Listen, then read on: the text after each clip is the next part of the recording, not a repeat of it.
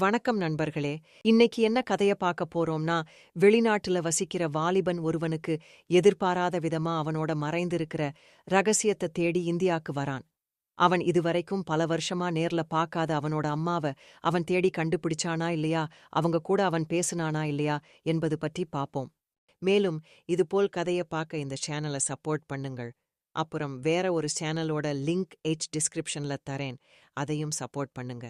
இந்த கதை உங்களுக்கு பிடித்திருந்தால் லைக் அப்புறம் சப்ஸ்கிரைப் பண்ணுங்கள். சரி, நாம் நம் கதைக்குள் செல்வோம்.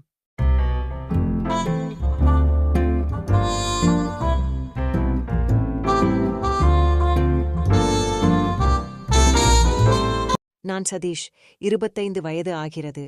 நான் கல்லூரி படிப்பை முடித்த வாலிபன். எங்க அப்பா திவாகர், வயது 56, டாக்டராக பணிபுரிந்து வருகிறார். எங்க அப்பா பணக்கார குடும்பத்தை சேர்ந்தவர். எங்க அம்மா கலை, வயது 54, அவள் நர்ஸ். அப்பா அம்மாவை நர்ஸாக இருக்கும்போது காதல் திருமணம் செய்து கொண்டார்.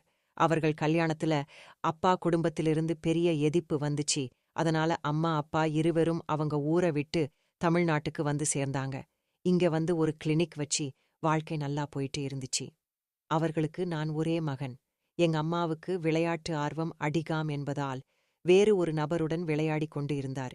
இத தெரிஞ்ச அப்பா அம்மா கிட்ட இதெல்லாம் வேணாவிட்டுன்னு கேட்டாங்க. பட் அவங்க கேக்குற மாதிரி இல்ல. அப்பாவுக்கும் இது பிடிக்காததால அப்பா அம்மாவை டிவோர்ஸ் பண்ணிட்டு கனடால வசிக்கிற அவரோட சொந்தக்கார பொண்ண கல்யாணம் பண்ணி என்னையும் அவர் கூட கூட்டிட்டு கனடாலேயே செட்டில் ஆயிட்டாரு. அவங்க பேரு பானு. இந்த விஷயம்லாம் நான் 4-5 வயசுல இருக்கும்போது நடந்துச்சு. இதெல்லாம் எப்படி எனக்கு தெரியும்னா, எங்க அப்பா அங்க கல்யாணம் பண்ணி ஒரு மகளும் பிறந்தது. எனக்கு அப்போ விவரம் தெரியாத வயசு. சோ அப்பாவோட செகண்ட் வைஃப் தான் என் உண்மையான அம்மான்னு நானும் நினைச்சேன். நானும் அப்படியே வளர்ந்துட்டேன். என்ன நல்லாவே வளர்த்தாங்க.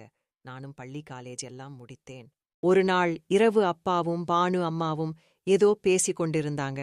அவங்க முதல் மனைவி அப்படி இப்படின்னு. எனக்கு கொஞ்சம்தான் கேட்டுச்சு. மறுநாள் நான் அப்பா கிட்ட கேட்டேன். அப்பா முதல்ல சொல்ல தயங்க, அப்புறம் இந்த மாரி அந்த மாரின்னு முதல்ல சொன்ன விஷயம்தான். அப்புறம் அவரு எங்க அம்மாவோட போட்டோவும் காமிச்சாரு. அப்பதான் எனக்கு புரிஞ்சது, எனக்கு ஏன் விளையாட்டு மேல இவ்ளோ ஆர்வம்னு. அம்மா மாரிதான பையனும். நானும் பல பேருடன் விளையாடி இருக்கிறேன். எனக்கு சரியான போட்டியாளர் யாரும் கிடைக்கல. சோ இவங்க கூட விளையாடி பாப்போம்னு தோணுச்சு. நான் அப்பா கிட்ட இந்தியாக்கு போய் அம்மாவ பார்க்கணும்னு சொன்னேன். அவங்க அட்ரஸும் கேட்டேன். அம்மா அந்த வாழ்க்கையில ஏமாந்து போனதால ரொம்பவே மனசு கஷ்டப்பட்டு இப்போ வேற ஏதோ பண்ணிட்டு இருக்கிறதா சொன்னாரு. நானும் சென்னைக்கு வந்து சேர்ந்தேன். நான் அம்மாவை எல்லா இடத்துலயும் தேடினேன். தேடாத இடமே இல்ல. எப்படியோ ஒரு வழியா ஒரு ஆள் மூலமா எங்க அம்மாவை கண்டுபிடிச்சேன். அவ சின்னதா ஒரு பார்லர் மாதிரி வச்சு இருக்கா. முதல்ல அவகிட்ட போய் பேசும்போது அவ பையன்தான் நான் அப்படின்னு அறிமுகமாகல. நான் சும்மா அந்த கடையோட கஸ்டமர் மாதிரி தான் போனேன். அப்படியே போக போக நான் அவளுடன் நட்பாக பழகி வந்தேன். நான் எப்ப போனாலும் அங்க இருக்கிறவங்க கூட விளையாடி கொண்டிருப்பேன். இது அவளுக்கும் தெரியும். அத பத்தி அவங்க எங்க அம்மா கிட்ட சொன்னாங்க. அவள் என்கிட்ட வந்து, என்னடா உன் பிரச்சனை, கடைக்கு வந்தியா போனியான்னு சும்மா இந்த மாதிரி வேலைலாம் பண்ணாதுன்னு அப்படியே என்கிட்ட நல்லா பேச ஆரம்பித்தாரு. அப்படியே 2 வாரம் போச்சு. நான் அவ கூட பேசுறதுக்காகவே அங்க போவேன். எனக்கும் நேரம் போறது தெரியாது. அம்மா, ஏண்டா உனக்கு வேற வேலையே இல்லையா? எப்ப பார்த்தாலும் இங்கேயே வந்துட்டு இருக்க. போறது வேற இடம் கூட இல்லையா? நான், ஏன் நான் வரக்கூடாத? நான் தினமும் வருவேன். உன்னால என்ன பண்ண முடியுமோ அத பண்ணிக்க. அம்மா, எனக்கு எந்த பிரச்சனையும் இல்ல. பட் கஸ்டமருக்கு டிஸ்டர்ப் ஆகும்.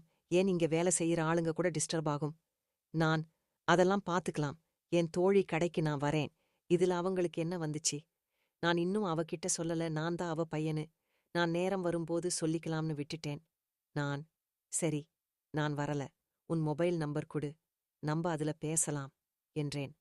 முதல்ல அவ யோசிக்க, என் விசிட்டிங் கார்டு அவகிட்ட குடுத்து என் கூட பேசணும்னு தோணுச்சுனா இந்த நம்பருக்கு கால் பண்ணுன்னு சொல்லி கிளம்பினேன். எனக்கு ஒரு ஐடியா வந்துச்சு. ஒரு 2 நாள் அங்க போகாம இருக்கலாம். அவ என்ன பண்றான்னு பாப்போம்னு நானும் போகாம இருந்தேன். ஒரு 3 நாள் அப்புறம் கால் வந்தது. அம்மா, என்னடா கடை பக்கம் ஆளே காணோம். நான், நீங்க தான் வரக்கூடாதுன்னு சொன்னீங்களே, சோ நானும் வரல. அம்மா, ஓ ஓ கோவமா என் மேல? நான், அதெல்லாம் இல்லையே. அம்மா, சரி, ஈவினிங் ஃப்ரீயா? நான், எதுக்கு? அம்மா, சொல்லுடா. நான், ஆமா நான் ஃப்ரீதான். என்ன விஷயம்? அம்மா, சரி, அப்ப நம்ம படத்துக்கு போகலாமா? நான், சரி சரி, எப்ப வரணும், எங்க சொல்லு. நீதான் என்ன வந்து பிக்கப் பண்ணிக்கணும். என்கிட்ட பைக் கார் எதுவும் இல்ல. அம்மா, நீ எங்க இருக்குன்னு மெசேஜ் பண்ணு. நான் ஈவினிங் உன்னை கூட்டிட்டு போறேன், சரியா? நான் ஓகே என்றேன். நான் எப்பதான் ஈவினிங் ஆகும்னு வெயிட் பண்ணிட்டு இருந்தேன். நான் ஹோட்டல்ல தங்கி இருந்தேன். என்ன அழைத்து போக மாலை அவ கார்ல வந்தா. நானும் அவ கூட தியேட்டருக்கு போனேன். போகும்போது அம்மா, நீ ஏன் இங்க தங்கிட்டு? உனக்கு வீடு இல்லையா? நான் சும்மாத்தா. அம்மா, ஃபேமிலி யாரும் இல்லையா? நான் நீ ஏன் இப்படி கேள்வியா கேட்டுட்டு இருக்க? உன்கூட வரணுமா வேணாமா? அம்மா, ஒரு அக்கறையில தான் நான் கேட்டேன். நான் நேரம் வரும்போது சொல்றேன். அப்புறம் இருவரும் படம் பார்த்துட்டு வந்து அப்படியே வெளியே சாப்பிட்டோம். நான் நீ என்ன பத்தி கேட்டல? உன்ன பத்தி சொல்லு. உனக்கு கல்யாணம் ஆயிடுச்சா? பசங்க யாராவது இருக்காங்கள? அவ கொஞ்சம் கூட யோசிக்காம இல்லன்னு சொல்லிட்டா. எனக்கு மனசு கஷ்டமாவும் ரொம்ப கோவம் கலந்த வேதனையாவும் இருந்துச்சு. நான் கொஞ்சம் கூட யோசிக்காம சொல்லிட்ட. அம்மா, இருந்தாதான சொல்ல. நான் ஓ அப்படியா, அப்ப சரி. அவ அப்படி சொன்னதுக்கு அப்புறம் இங்க இருக்கணுமான்னு தோணுச்சு. கூட இதுக்கு அப்புறமும் விளையாடுமான்னு யோசனையும் வந்துச்சு. பட் என் மனசு கூட விளையாடி இவள் தோக்கடிக்கணும்னு எண்ணம்தான் இருந்தது. நான் அமைதியா இருக்க. அம்மா, சரிவா நாம ஷாப்பிங் எதுனா பண்ணலாம். நான் இல்ல, நான் வரல. அம்மா, அட வாடா, எதுனா போய் வாங்கலாம். அப்படியே ஷாப்பிங் போயிட்டு என்ன அவ வீட்டுக்கு கூட்டி போனா. உள்ள போனதும் எனக்கு டீ போட்டு கொடுத்தா. அப்புறம் கொஞ்ச நேரம் பேசிட்டு இருந்தோம். டிவில படம் பார்த்துட்டு இருந்தோம். அப்புறம் அவ கூட நான் மேலா விளையாடினேன். பட் நான் மேலா விளையாடுறத பாதியிலே ஸ்டாப் பண்ணிட்டேன். ஏன்னா அவகிட்ட நான் யாருன்னு சொன்னதுக்கு அப்புறம்தான் விளையாடும்னு நினைச்சேன். எனக்கு கோவம் கலந்த சிரிப்பு வர நான் சத்தமா சிரிக்க. அம்மா, என்னடா ஆச்சி? நான் நீ என்ன பத்தி கேட்டல சொல்லட்டா? அம்மா, சரி சொல்லு. நான் அவகிட்ட அவளை பத்தியே மூணாவது மனுஷி மாதிரி கதை சொல்ல அவ ஷாக்ல என் முன்னாடி உக்காந்துட்டு இருக்கா.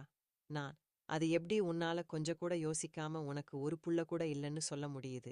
உனக்கு உன் சந்தோஷம், உன் விளையாட்டு தான் முக்கியமா போச்சில. நீ பெற்ற பையனை பத்தி என்னைக்காவது யோசிச்சு பார்த்திருக்கியா? அவன் எப்படி இருப்பா? அவன் நல்ல வாழ்க்கைய வாழுறானா இல்லையா? எதுவும் யோசிக்காம நீதான் சந்தோஷமா இருக்கியே. உனக்குத்தான் பையனே இல்லல்ல.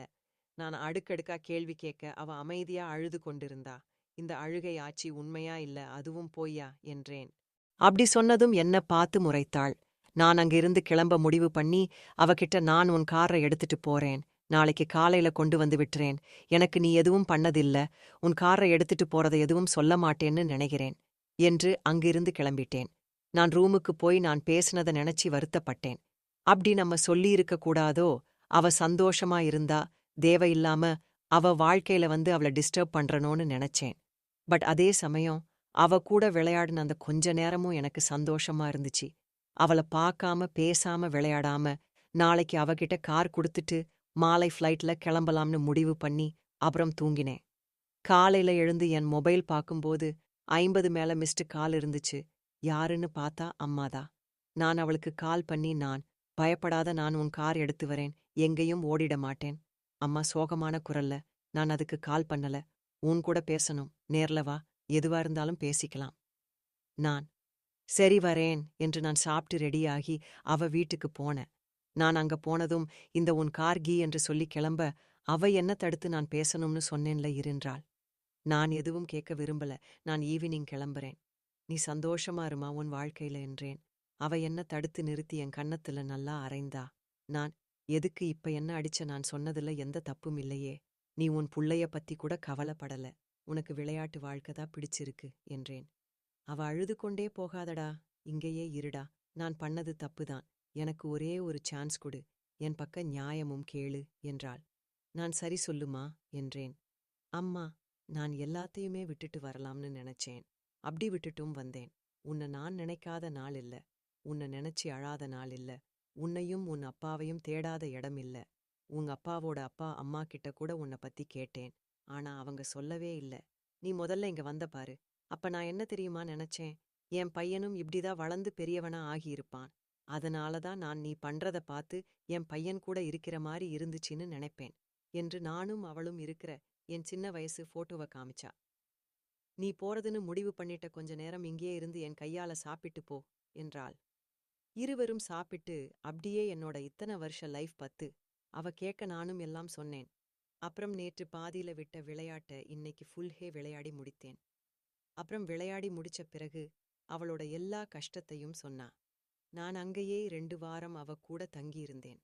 இத்தனை வருஷமா எங்க அம்மா என் கூட இல்லாதத அந்த ஒரு வாரத்துல அவ கூட நல்லா டைம் ஸ்பெண்ட் பண்ணி நல்லா ட்ரிப் போய் அங்கேயும் அவ கூட விளையாடி நல்லா சாப்பிட்டு என்ஜாய் பண்ணி நாங்க சந்தோஷமா இருந்தோம். நான் அவகிட்ட என் ஊருக்கு கூட்டிட்டு போற பிளான் பத்தி சொன்னேன். அவ கொஞ்சம் தயங்கினா. நான், என்னம்மா வரலையா நீ? அம்மா, வரேன்டா, பட் உன் அப்பா இருப்பாரு. என் மேல இன்னமும் அவருக்கு கோபம் இருக்கும்.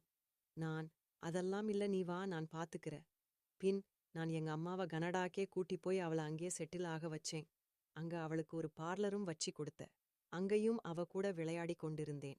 நான் அவளை அங்க கூட்டிட்டு வந்தது எங்க அப்பாக்கு தெரியாது. தெரிஞ்ச அவளை பார்த்து கோவப்படுவாருன்னு நான் காமிக்கல. நான் ஆபீஸ் போக, அவ கடைக்கு போக, மீதி நேரமெல்லாம் விளையாட்டு, சினிமா ஊர் சுற்றுவதுன்னு போயிட்டு இருந்துச்சு. எங்க அப்பா எனக்கு கல்யாணம் பேச்சும் எடுத்தாரு. அப்புறம் அங்கேயே ஒரு பொண்ணை பார்த்து மேரேஜும் பண்ணிட்டேன். எனக்கு கல்யாணம் ஆனதுக்கு அப்புறம் எங்க அம்மாவை நான் தங்கியிருக்கிற ஃப்ளாட் பக்கத்திலேயே தங்க வச்சேன்.